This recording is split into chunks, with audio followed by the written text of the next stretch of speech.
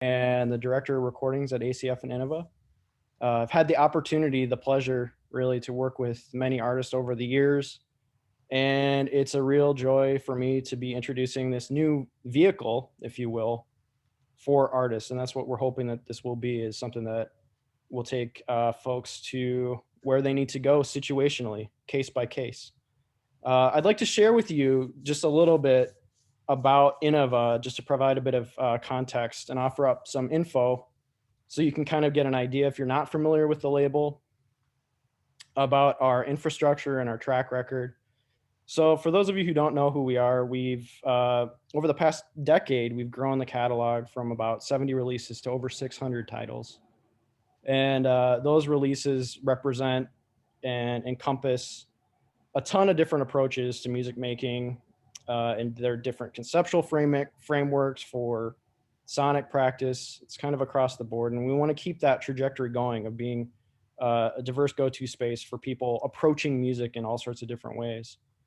Our albums have been nominated for and won Pulitzers, Grammys, Emmys. We came off a 2019 Grammy win. We're hoping to do something in 2021. And we get really high level placement in the marketplace regularly. We get press coverage from New York Times to LA Times, from Rome to Nairobi, everywhere in between. We license our music regularly for film, Netflix, Hulu, you name it. Most recently, I actually this past week licensed some music to Google for a short film that showcased a Black-owned startup called Varuna.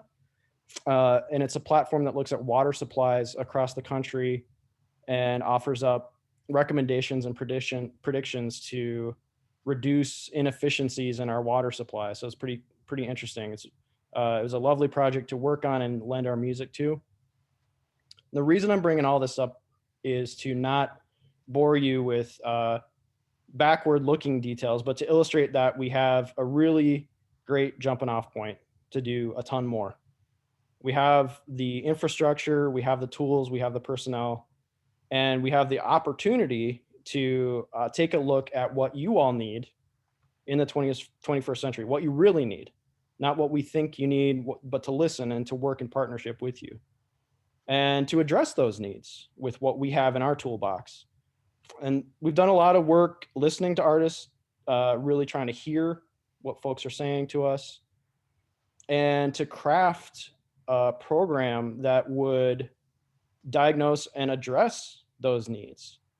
So what you'll be hearing about from Tim, the label manager here, is what we were able to come up with by listening to those needs and, again, like diagnosing and crafting, is this Bay Area pilot. I hope that the services make sense to you and that they are, again, I think the main thing to keep in mind is, like, the beauty for me of this program is that everything is so case specific and we're willing to meet you where you're at, work with you on your needs. And Tim, why don't you talk a little bit about, we're going to just do kind of a little walkthrough. I'm sure all y'all have looked at the program and read through everything, but I think it'd be helpful just to have a quick kind of, again, look at what the program's offering. And then, like I said, we'll open it up to everyone to ask questions, comments, whatever you need. Tim? Thanks. Yeah, I'm Tim Eigel. Nice to meet all of you. Thanks. Just echo Chris, and thanks for taking time out of your day to be here. I'm going to share my screen real quick and just take you through. I'm going to take you through that page, as Chris said, that some of you may have already seen. Is everybody able to see that? All right. Okay. Yeah. So as Chris said, we started this program specifically for the Bay Area as a pilot, and hopefully in the future it may grow from there. But what this came out of was really looking at, where we were best serving artists and where we thought we could serve them even better. And one of the things, first of all, just if you haven't seen this page before, if you are interested in applying, this is the link here. So just point you to that if you are interested in applying, or to direct you there. And also just to specifically state that the program's open to the following counties listed here as well. Um, the lead artists may be creators, performers, individuals, or groups, and the recordings are of recently created original music.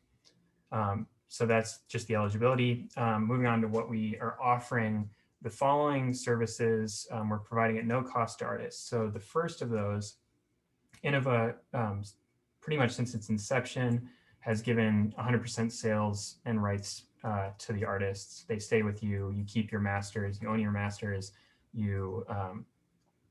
We send from the smallest shavings of cents. Everything goes back to you, from streaming to a CD sale to everything. You own it, and that's how it works. So that's carrying forward with this program. That's certainly something that we feel has worked in the past and should continue on. For distribution, that's also something that we have had in place for all of our artists. We work with Naxos USA for worldwide distribution on your music. And so that gets you on all streaming platforms that you can imagine. We listed a few there, but that really explodes out to, Deezer, a French streaming service. And then there's even smaller streaming services as well that we get your work on. Social media promotion, that's something that we've been doing a lot more of in the past year, 2 years. We've always been active on social media, but trying to take what we're doing on social media and really creating a larger following for our artists and creating more buzz about their projects. Licensing is something, and I should point to Chris handles distribution. Chris also handles licensing, as he mentioned before with that Google opportunity. Licensing, so we handle licensing opportunities as they come in. Chris fields those, and we help artists get paid. That's a big way for artists to get paid nowadays, is through those opportunities. And then what we're also doing is an artist cohort. So what we're hoping to do with this is when if you're selected as part of this group, because we are being selected in a specific group, which hasn't been the case before, Innova would just field applications as they came in, submissions as they came in on a routine basis. This is really different because you're all being selected at once as a group with this new curatorial process. We're hoping that we can form a kind of collective unit where all the artists selected are able to support each other, even shout out each other, and create a support network where you're helping no matter what point each artist is in the process, because we're accepting projects at any stage of their completion. We're hoping that artists can even help each other through that process and navigate together.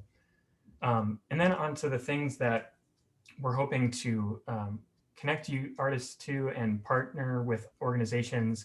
These are things like recording studio time, post-production, PR and marketing. These are things that, again, we've helped artists with in the past, but we haven't played as active a role. Recording studio time, we may have done that, but it wasn't on a routine basis. Post-production, we may help forward you to someone, but we're really hoping to do this more actively. PR and marketing, that's something that I work on. We're hoping to help engage more PR professionals to make that even a more robust, make more robust PR campaigns for projects and artists. And then designers. So we have worked with, as Chris said, there's been over 650 projects, albums at this point. All those projects have designers, and for most of these, lots of them have been done in recording studios or some at home. But giving people all of these designers, all these contacts that we've built up throughout our history as resources, and and then physical manufacturing distribution. While this is first and foremost, looking at it digitally, we still are offering, assistance in getting the CDs and vinyl manufactured from the plants that we've been working with forever. And then I'll just go through real quickly the curators. We have Banan Vo. Some of you may know these folks. They're all Bay Area based. Saba Amenakia, Alejandro T. Acierto, Marshall Trammell, and Sarah Cahill. And these are all amazing musicians. When looking for curators, we were really looking for folks who represented a wide variety of musical approaches, the same as we're looking for with this program.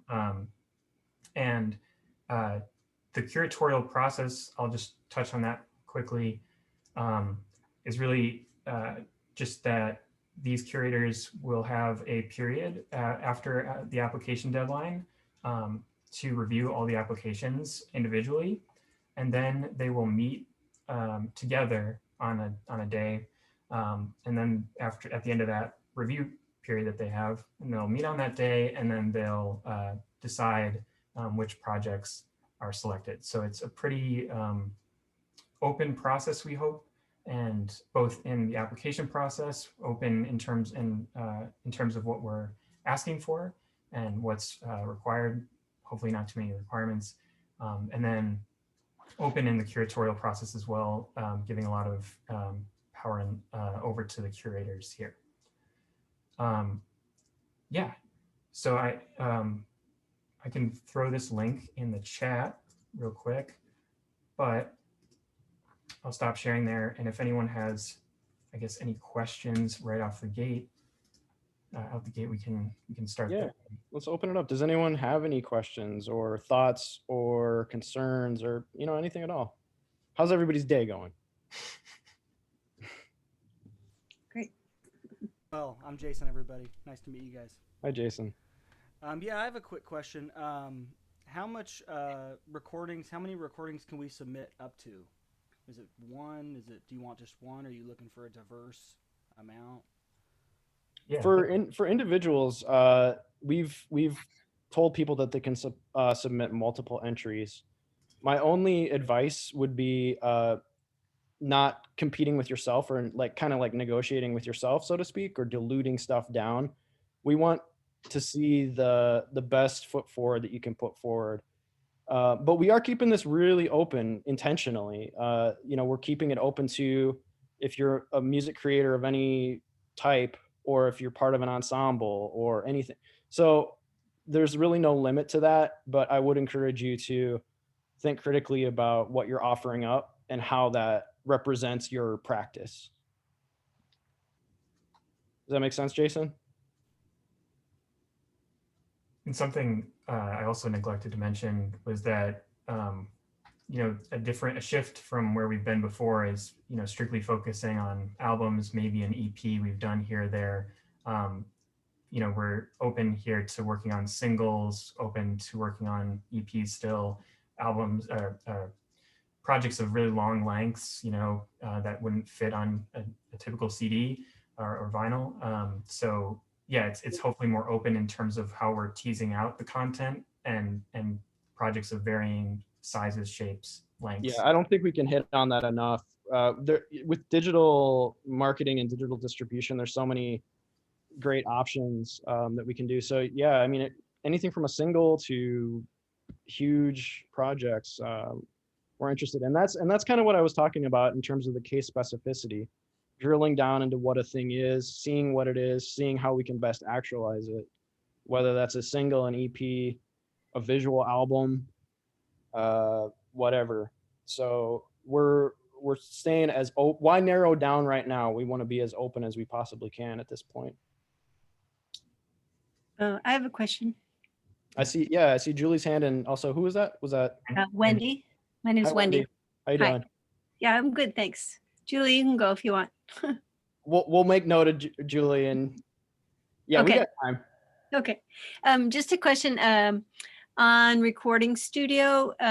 Do you, when you say you have people sources, do you refer someone to that if it goes forward, or I have an ensemble. I'm a composer for an ensemble, and we've recorded at one studio numerous times. Because this your listing doesn't talk about like a regular grant where there's certain amount of money in the front. So how does that work? Like, how do people get paid if you use people, or do we use your sources? Or I'm a little confused in that process. Well, if stuff's in the can already, there wouldn't be. I'll try to answer this as best I can, Wendy. I think I'm understanding it, but correct me if I'm not hearing you right. So if you have stuff in the can already, We don't. No. Okay.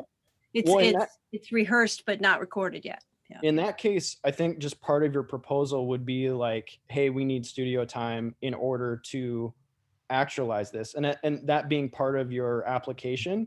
Right. And at that point, the curators are looking at the application, and that would be built into, if the project gets accepted, that would be built into the project, right? We'd look through our affiliate network. We would see what studios might make sense.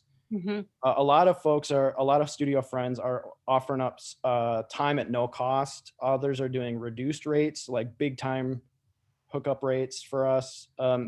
So we would really like, for you, just make sure you take note of that in the application. Say like, hey, we need access to studio time. We need that's like a primary need for this project is access to that. And then like the curators will look at that, take everything under advisement that you're presenting, and be like, oh, okay, I can understand what Wendy's looking for, what Wendy needs, and then go from there. Does that make sense? Yeah, it does. But you don't, in the application process, there's not a separate budget listed. I mean, do you list what you perceive as costs or not? You certainly can.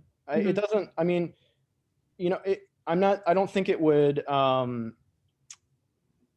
necessarily influence the curatorial panel. Okay. The curatorial panel's job is to bring in great stuff and, try to activate equitable opportunities for people. So the budget, we're not naive about budgets. We understand that this stuff takes a lot of money, but if you want to include what you would project as the time needed, that would be certainly helpful. Okay. Yeah, that's because there's a difference between needing a week in a studio versus 4 hours. Right. So the more detailed information that you can give about that stuff is really helpful. Just so it's all about like framing it and helping us to understand what your needs are. Okay. Great. So the more information you can feed us in the curatorial panel, the better, in my opinion. Tim, do you have anything to add to that?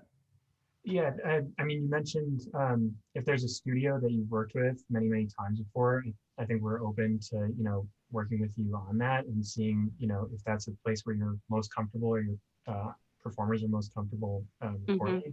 Certainly open to working with you on that. But yeah, I think Chris said it well. Okay, great. Thank you. Does that make sense, Wendy? It does. Yes. Thanks. Lisa, I see your question, and can we get to that after Julie? Okay, sounds good. Julie, hi. Hi. Thanks for this. This is helpful. My question is about the Bay Area-ness of it. So like if I'm doing an album with a Swiss piano quartet, and that maybe also will feature music by non-Bay Area composers, like 2 others. Is that really a fit for this, since we're not like a Bay Area group? I would maybe be the only Bay Area person. How does that kind of fit in? Would you describe yourself on that project as the lead artist, or? Well, I would be the lead artist in that I'm writing the application and maybe thinking of what direction the album would go in. But the quartet would be the ones playing all of it. And there'd be this other composer on there. So it would be a little kind of fuzzy on that. Well, I guess maybe I should clarify too, like when I think, and correct me, Chris, on this, but I think when we're thinking of lead artists, it's like the main contact, the main point person on the project. So yeah, if that sounds like it's you in that case. So yeah, I think that's totally fine. To me, yeah, it's about supporting Bay Area artists, and if that means, you know, you've got a project where you're pulling in threads from outside the Bay Area, I think that's fine. Cool. Yeah. We're trying to say yes a lot at this stage.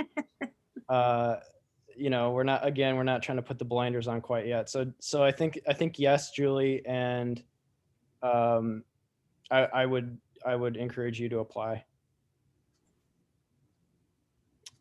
Lisa in the chat asks, please clarify, participants in this program would pay the usual $3,500 Innova admin fee plus be responsible for their own manufacturing and recording costs with possible discounts brokered by you guys.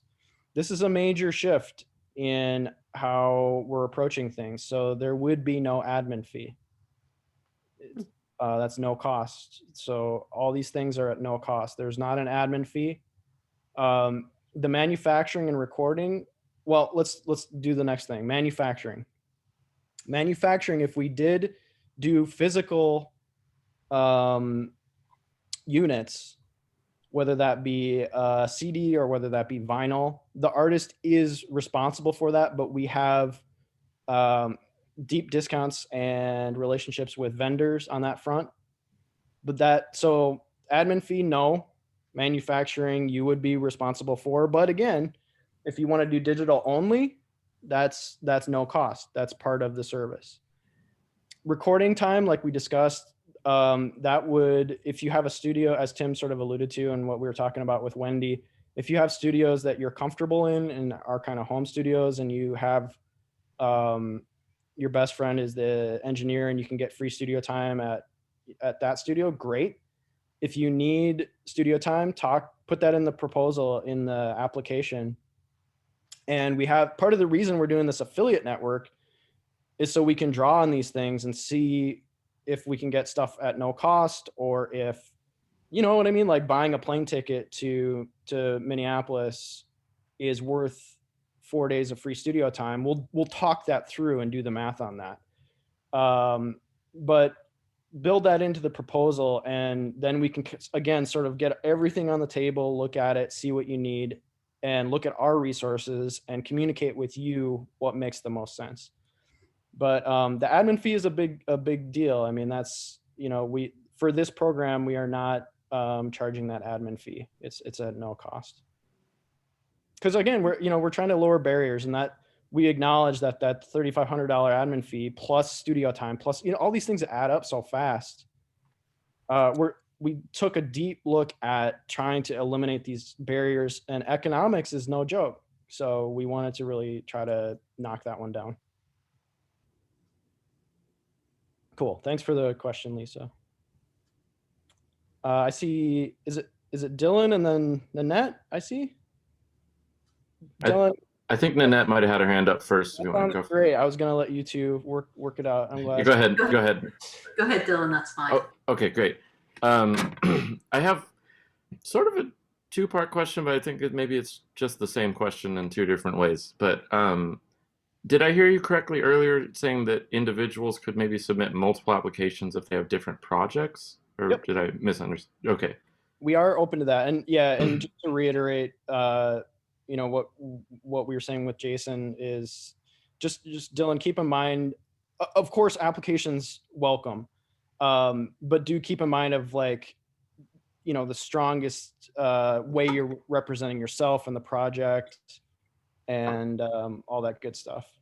So my follow-up question on that is about that aspect, because in reading through, excuse me, in reading through the website, it seemed like, which I appreciate, you guys are very open-ended about, you know, you could submit a full-length album or a demo track or even just a written proposal. This is what I'm imagining, kind of thing, if I'm understanding correctly, which is very cool that it's that wide open. But I feel, I'm wondering, I guess my question being about, I'm someone who's a band leader and a sideman in like so many projects, as all of us are.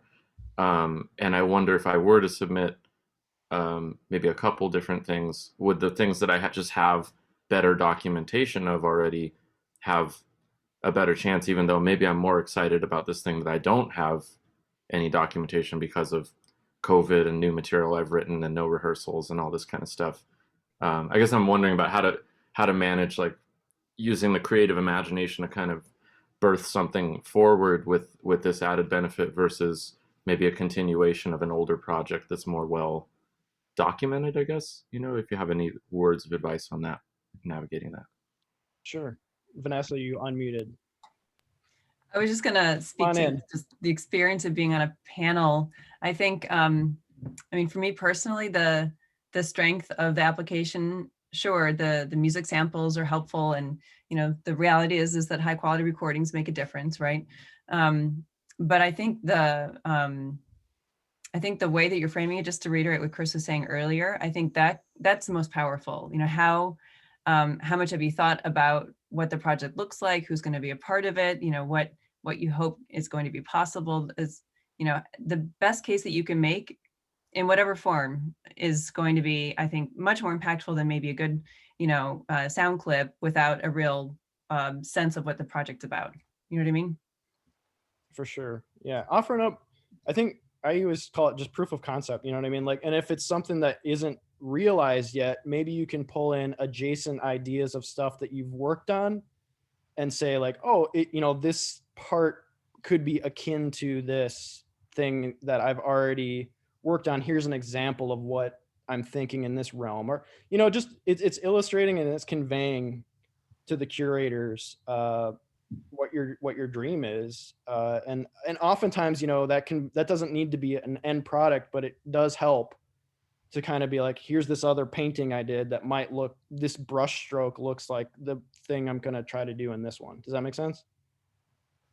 Yeah, that's helpful. I guess on that way it's so the value is really placed on the individual project for the application more so than maybe the overall like experience of the artist or sort of life trajectory of the person submitting, more about individual albums or EPs or projects and things you're submitting. Yeah, I mean, we certainly value the artist as creator, and as we value relationships a great deal. But at the end of the day, we want to actualize something with you, and having an idea of what that thing is super helpful for the curators to know about. So we want to know who all y'all are, in the fullest sense, but we also want to know what you're working on too. Cool. Thank you so much. Appreciate it. Nanette? Yeah, thank you for doing this. Dylan, you actually hit the major stuff I was going to ask. Thank you. I did want to ask if the notion of multiple projects would work for ensembles, or if that's only for individuals, because I'm representing an ensemble. Yeah. Tim? Yeah. I don't think one thing, I don't know, like for me personally, thinking about ensembles or groups of music makers and individual music makers, I don't necessarily think that one should be privileged over the other. So I think that absolutely groups should feel free to, again, with these same caveats we're talking about for individuals, be allowed to submit multiple projects. And we all know stuff is so squishy these days, where it's like we want to be open to whatever iteration that's taking. So Okay, cool. Thank you. yeah. Great. I got another question. Go for it. Yeah, so I'm a band leader here in the Bay Area, and we had just cut 6 new tunes, all original. Would it be helpful for you guys to hear all of that to kind of get a sense of the full project, or could I just showcase one of the new tunes? It's, Tim, when we were doing curate, Tim, do you have thoughts on this?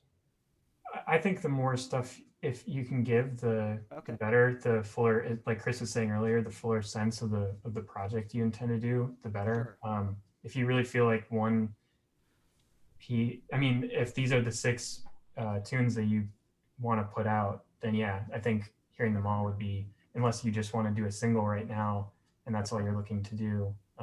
Yeah. And then my other question is, like, I have engineers that I work with and, I'm comfortable using, but I think my thing for my band is the distribution. Not so much what do you call it, digitally, you know, like we've done that, but it's like the physical side of it. So like if we took care of the recordings already done, we could get it engineered and mastered, but you guys could take care of the physical distribution part of it. Yeah, again, you know, that comes back to we're really trying to be um a space where folks can go to throughout the whole spectrum, right? Mm.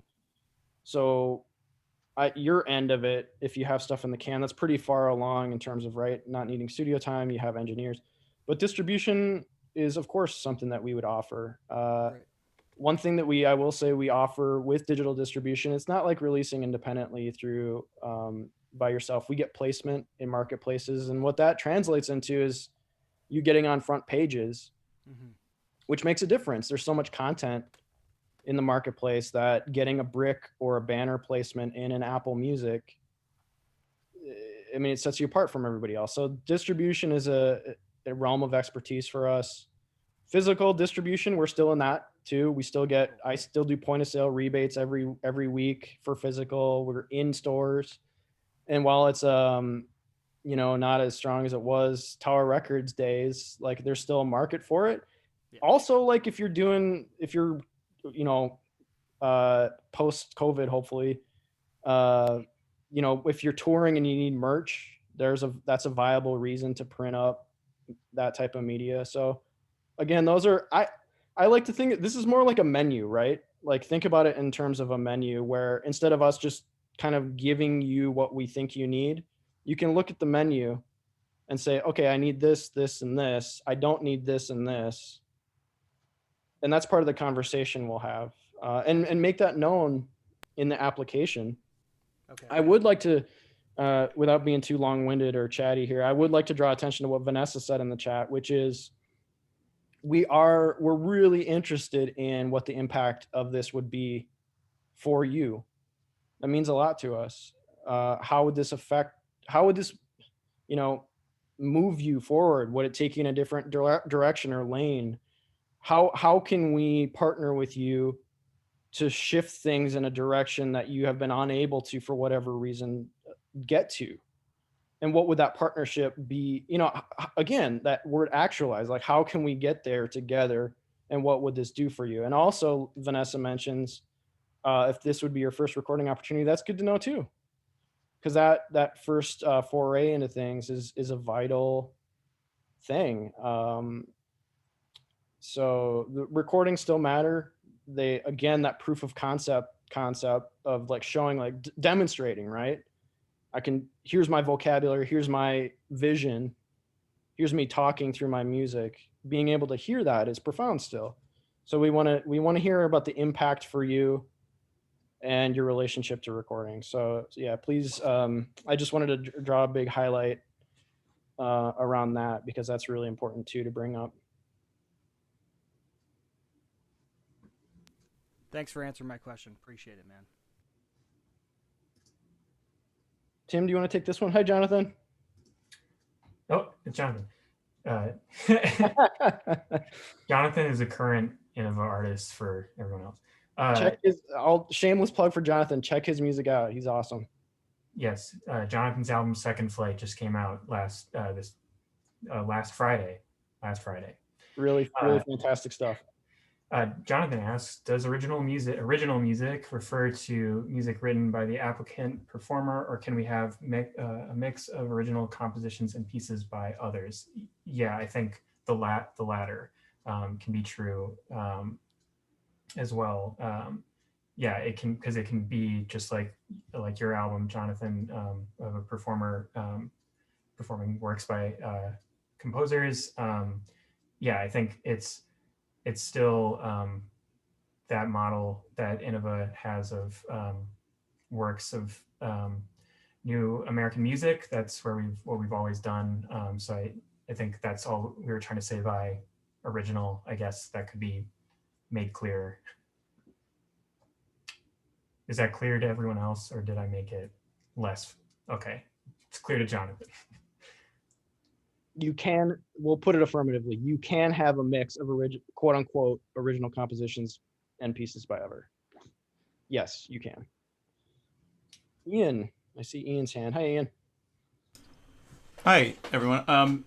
I just had, it's a kind of it may be a little bit of a vague question, but I think other people have, and I think you've alluded to this a little bit, but with so much product, artistic musical product coming out of the floodgates, especially after a year in captivity, I was wondering, I mean, I know that you said you have relationships with various PR and industry, I don't know, you have a certain pipeline into the marketplace. And I'm wondering if you could just say a little bit about your strategy to kind of fight the getting lost in the deluge for new projects Sure. like these. Yeah, Ian, I'll take the distribution and licensing side of this, and Tim can maybe talk about the promotional side, because they really are drum and bass, and they are absolutely inexorably together. From the distribution side, we have great relationships with our distributors and with digital service providers, for example. So we're able to call up editorial at, I'll just say Apple Music again, and offer up why this release is compelling or why we find it compelling. And they listen to us because we have a track record and we're able to share with them. It's like mixtape principle, right? We're sharing our mixtapes and we're telling people why we're excited about it. And getting that brick banner front page pre-order placement on Apple Music, people see it and they click on it by virtue of it being just simply on the front page. Also, we do stuff like playlists on Spotify. Having placement and those types of things is super important, you know, where it's not even, it's like get your morning cup of coffee playlist, meditation playlist, you're doing yoga and then walking your dog playlist. We are in all of these things, and those get millions of listens every month. So finding ways in the distribution marketplace to stand apart, it's all relationships, and that's you know, we've been lucky to have these relationships and cultivate them, and we have that, like you said, that infrastructure in place, and we know who to talk to on that front.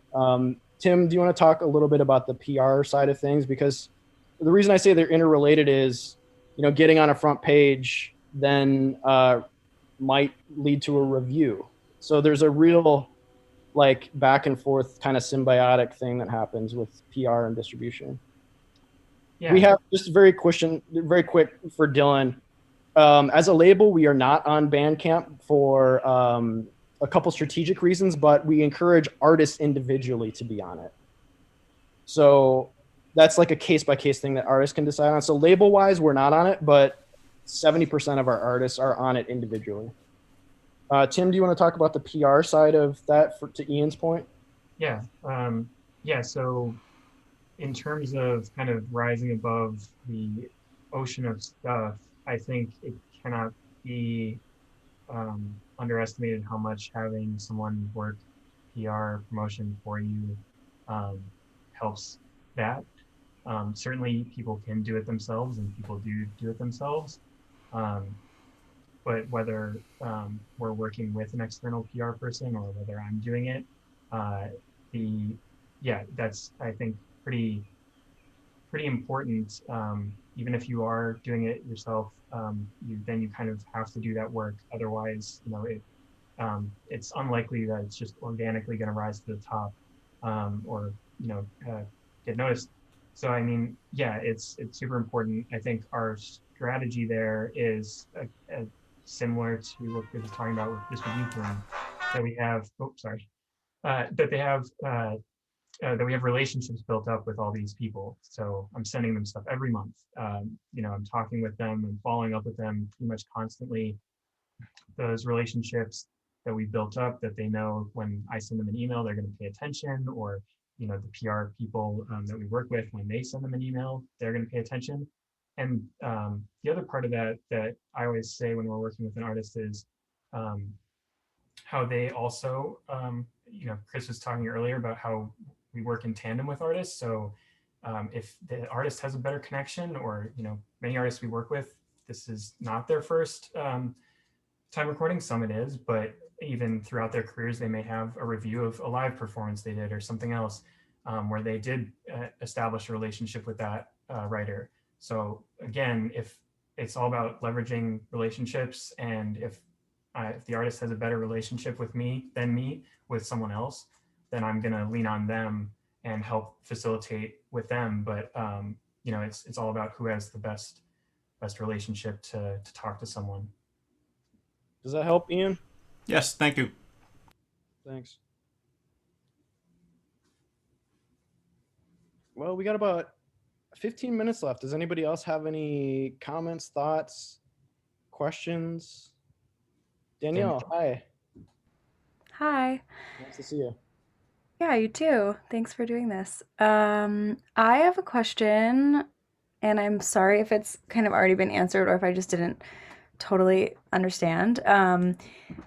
About the original music question, which is like, I'm a jazz musician, and so a couple of the tunes that I'm hoping to release on the next project that I put out, whenever that is, are arrangements of standards, not in the like, there's a 4-bar intro and a vocalist sings a standard kind of way, but really like having a concept and changing the world that the melody is in and that the story is being told in. Is that acceptable, or is the project intended to be fully composed by members of the ensemble? No, I mean, we can absolutely, the curators will accept arrangements, reimaginings, however you want to frame it, remixes. We have a track record of doing that type of stuff, and we'd welcome that to put in front of the curators. Great, thanks.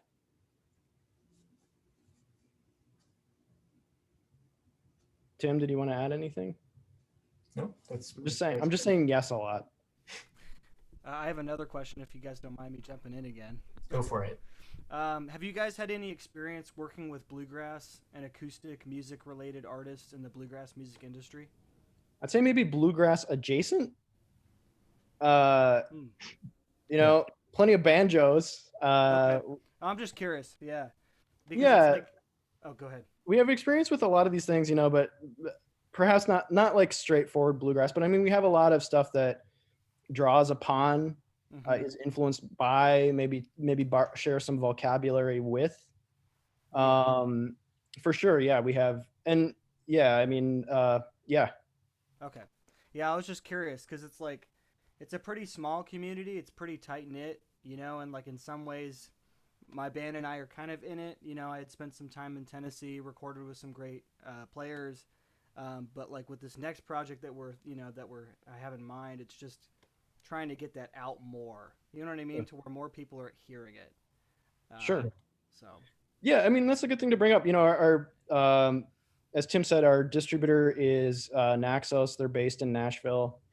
Primarily, they're doing so-called classical music, jazz, whatever, you know. But we have over the year, we've been doing business with them for a long time, and they know that we sort of push things in different shapes, right? We're not releasing Brahms, and they know this.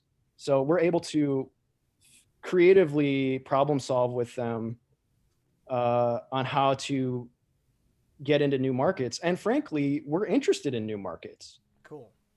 We want to explore, you know, we don't want to stagnate. We don't want to be doing the same old stuff in the rut again and again and again and again. We have the ability and the agency to explore different markets, whatever those may be. And of course, we'll do it in tandem with the artist, but we have the capacity to do that. Great. I actually had another one, if you don't mind. Oh, of course. So you've kind of alluded and circled around this, but we've got several recordings out. We've gotten reviews. We've gotten awards. But we obviously have dreams and aspirations and goals that some of what you're offering is good for us, or even absolutely necessary for us to get to the next step. Are we at a disadvantage to someone who's bringing out, say, their first recording? You know, is this geared in a different direction? So the way it's framed in at least the way we've tried to frame it, I think, is that it provides, and maybe this helps, it provides like a meaningful next step for an artist. So that if what you're describing that is that your group, wants to take this next step, I think then that is legitimate. Yeah, I think we're looking to support people of a variety of musical approaches who are coming at it. But we are also trying to acknowledge that there's a lot of people out there who haven't had opportunities before. So that's, I think, why we include that there. So, but yeah, I think it's framed as kind of a meaningful next step, if that makes sense. Again, does. kind of coming back to that impact idea. Mhm. Kind of sort of two sides of the same coin on that front. Thanks. Yeah, that makes sense.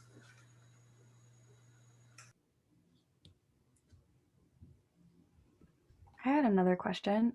Just looking at the application, the very first question being, is this project by an individual or a group? Is that, maybe this is a dumb question, is that referring to sort of like, is the group applying as a collective versus like, is this a solo versus ensemble project? Yeah, exactly. I think it's just meant to, again, help us and the curators frame who's that project lead or who's it coming from, and if the group really is applying, then we'll reference the group. But yeah, the intention is not to. It's just who are we kind of like communicating and identifying here. Yeah. Who will be the point person is another way to think about it. Yeah, project lead, I think, is a fair way to frame it. It's mostly so we can just kind of, like Tim's saying, so we can wrap our head around who we'll be talking with and working with.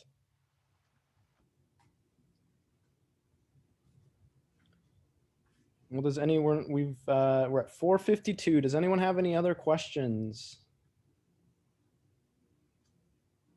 If not, I guess I have a question. Is everyone in the room, do you feel comfortable enough to apply? Are you still feeling it out a little bit? I'm seeing some thumbs up. I'm seeing some nods. Yes. All right. Yes. Mhm. I'm seeing a, that's okay, Nanette. Mostly. I'll win you over.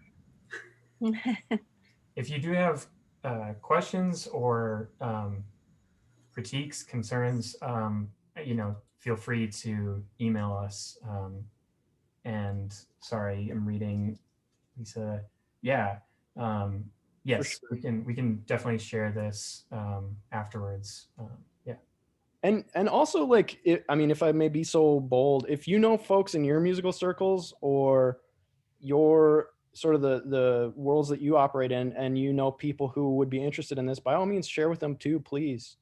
We want to help folks out, and yeah, let folks know that this is going on. And if you'd be willing to share that information with them, that'd be great. I see Danielle has an emoji hand up. I have one more question. That's what we're here for. Which is like, I'm totally getting the sense that the partnership is totally like, it's a teamwork situation. And one question that I'm still left with is like, the publicist that I worked with for my last record, I was really happy with, considering like it was the first record and I'm nobody and whatever. Like, I think she did a really great job and whatever. I was super happy with it and was intending to use her for the next project, sort of because of like she'd be sending it out to the same people to review who reviewed the last one. That being said, I would also greatly benefit as an artist from, it sounds like, the like PR stuff that you guys have and have access to. And I think the question is like, as opposed to me just reaching out to one person, like Tim said before, like the artist has a relationship with one sort of person writing the review. Is there, I guess I'm just wondering, like, in the application, would it be helpful to say, like, this is a publicist that I've worked with in the past that was really helpful for me, and also PR from you guys would be supportive, sort of like in combination? Yeah, absolutely. So we work with other publicists all the time in tandem with me. That's usually how it works. So yeah, I short answer is yes. Like if you wanted to continue working with that publicist and hire them on for this project, absolutely, and work in tandem with us, that's awesome. If however it works out, it's good. It's all good because if it's them passing information to you or I to use, that's fine too. I think we're just about figuring out ways to get the results that the artists want. So yeah, that's Yeah, and it's just energy allocation too. Like we love working with other publicists, and then we can brainstorm together about who's doing what in the campaign, who would most effectively do what. So we love working with external publicists, and putting that in the application wouldn't hurt. Just letting us know that that is something that you're thinking about. Is that helpful? Yeah, very much. Thank you. Joel, I see you got a hand up. Nice to see you, Joel. Hey, how many projects are you hoping to support with this pilot? We haven't set a number on it. What we're trying, Tim, do you want to speak to this? I think, yeah, why don't you frame this part of it? yeah, I think yeah, it's kind of the curators picking what they feel are the strongest projects that make it through, but it's not limited to a specific set number. So it could be so we'll see when they select and when they get together, I guess. Yeah, It's kind of a vague answer, but I think that's the best we can say right now, is that there's no, I think the curator's job is just to get everything on the table, look at everything, and see what resonates with them based on what they're thinking. But there's not a set number or anything like that. We hope a lot of people apply. We hope you apply, Joel. Just to state the obvious, maybe the fact that they're going to be such different projects. Each one will be so unique. One might take a lot more time than another. So we also want to, be as open-ended in that way too. Right. That's part of the calculus of it too, is like if somebody has a single that they're releasing that could perhaps take a different type of energy than a whole project, right? So it's kind of hard there's so many variables at this stage. There's so many unknowns that we just want to be open. Yeah, and also to tag on to that, you might have, like, we're allowing projects again in different stages of completion. So someone might have something that they say, okay, I want this out in the next 4 months, 5 months, and someone might have something that's 2 years out. So right. That's, or whatever, so allowing for that flexibility too, I think, is important. Did that help, Joel? Yes, that was very helpful. Thank you. Cool. Anybody else? I had a follow-up, sort of a pointed question, and I think I know the answer, but here's what I'm asking. Most of the time, especially nowadays with labels, and if I'm understanding correctly, most of what you have to help with in terms of anything financial is mostly like discounts or relationships to distributor or engineer or whatever. In any case, is there like potential within this application or this kind of series of projects for direct financial help with one aspect of a thing, or is direct financial help not really a factor or not an option within the scope of this project? Does that make sense? Sure. I think, well, at this stage, we're looking at direct financial help being through the vehicle of the no cost stuff. Mm-hmm. This stuff is costing us money. Totally. Yeah. Therein lies the discount. You know what I mean? Yeah. So it's sort of like through the no cost stuff, through it literally costing you nothing to get into our distribution network, to get licensing access, to get marketplace placement, to get PR, to potentially get no cost studio. that's, I guess, how I would frame it. I'm not sure if that answers your question totally, but that's No, it kind does. of how we're thinking about it.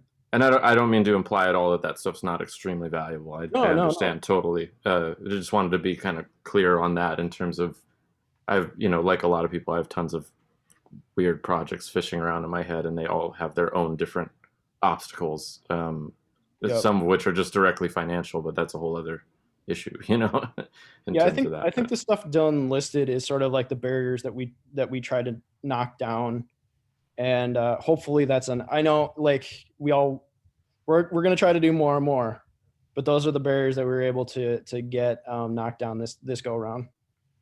Awesome, thank you.